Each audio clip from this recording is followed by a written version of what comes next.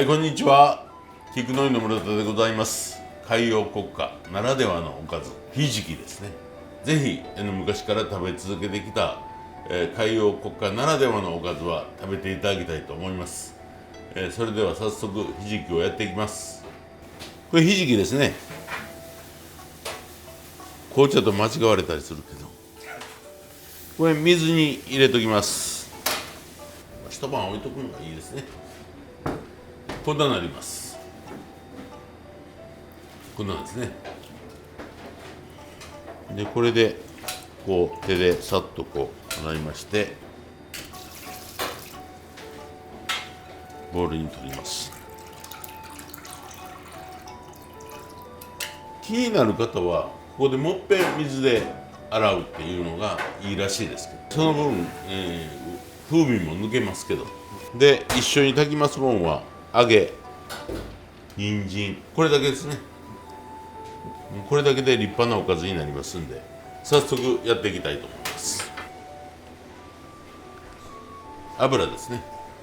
ごま油でやらはる人もいはりますけども、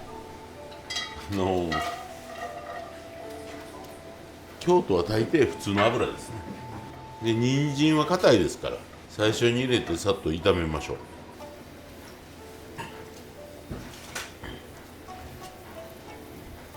ひじきはよーくこう水を切っとかんと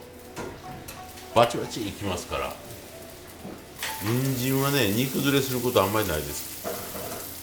それから人参が半透明になってきたら、ここでひじきを入れます。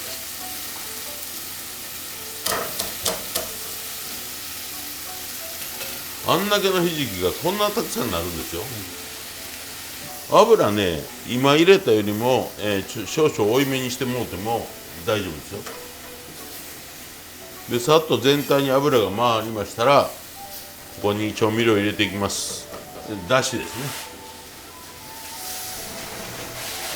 薄口醤油、みりん、砂糖ですね。でこれで落とし蓋をして、で揚げはもうちょっとこう半分ぐらい煮詰まってきたら入れたらいいですね。で物を炊く時は強火がよろしで、失敗したらかなんから言うてみんな弱火でこうちょろちょろ炊かはんやけども、それやると余計悪い。どういうところがやっぱり弱火だと悪いんですか？コンロで豆炊いてるみたいに、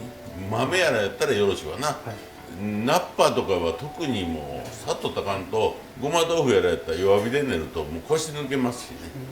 でこれもひじきのこのシャキシャキっとした感じがもう抜けてもてクタクタになりますわね。これひじきでもいろんな種類あってね、長ひじきやとかで産地もまあまあありますわね。海産物を他の国ではあんまり食べないよね。海に生えてるこういう植物性のもんはいっぱい収穫しても、また海さえきれいやったらまたできてくるから、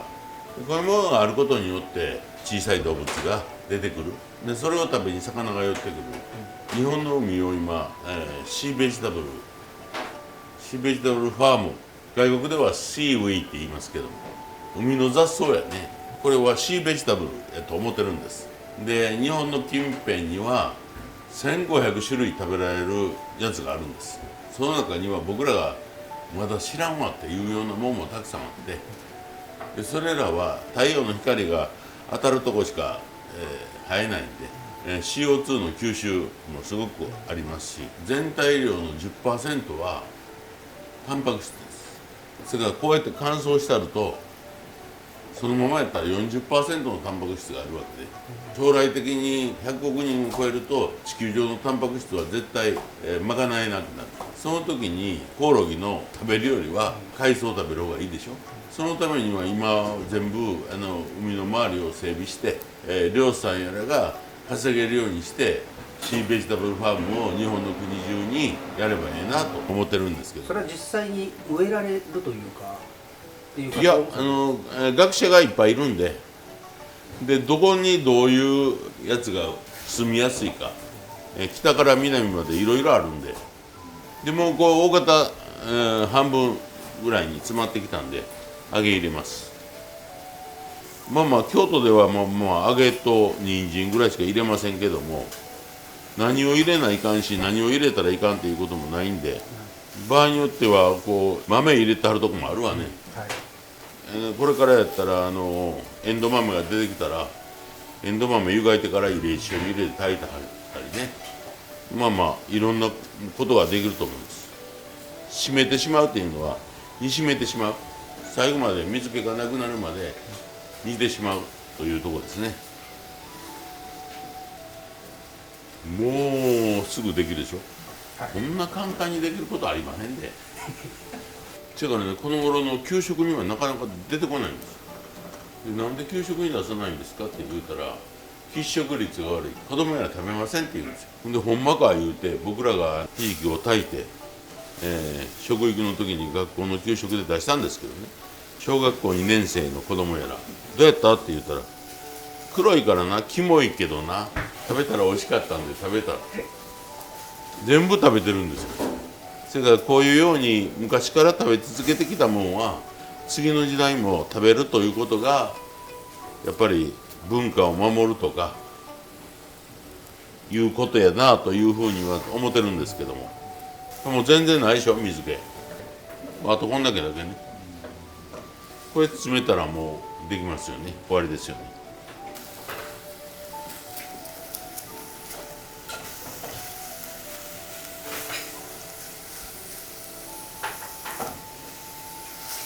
はい、できました。これで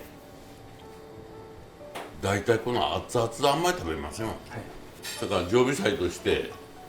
まあまあ昼間にやっといてお父さん帰ってきたら出してあげると、この頃ひじきないなと思ってたんや、どこ行ったんやろうなと思ったんやみたいな、まあ、喜ばれると思います。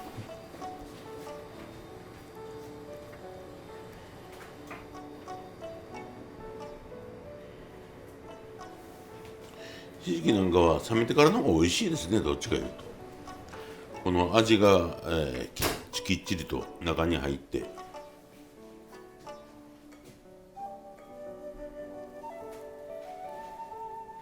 おかずや言うてもやっぱ香りのもんがいりますね。寒い自分やったらまあ柚子でも春になってきたら木の芽とか、そういうものがちょっとあると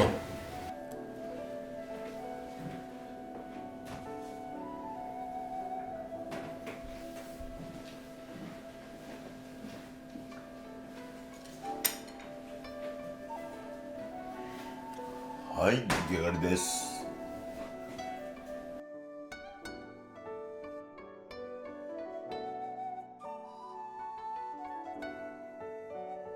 だから料理はよう盛り付けるって言いますけども、ご飯とかよそうって言うでしょ。よそうっていうのはよそうっていうことやからね。ご飯入れてくれって言うて、入れるってね、ご飯よそってって言うでしょ。それはまあまあその格好になるように器に入れることをよそうっていうね。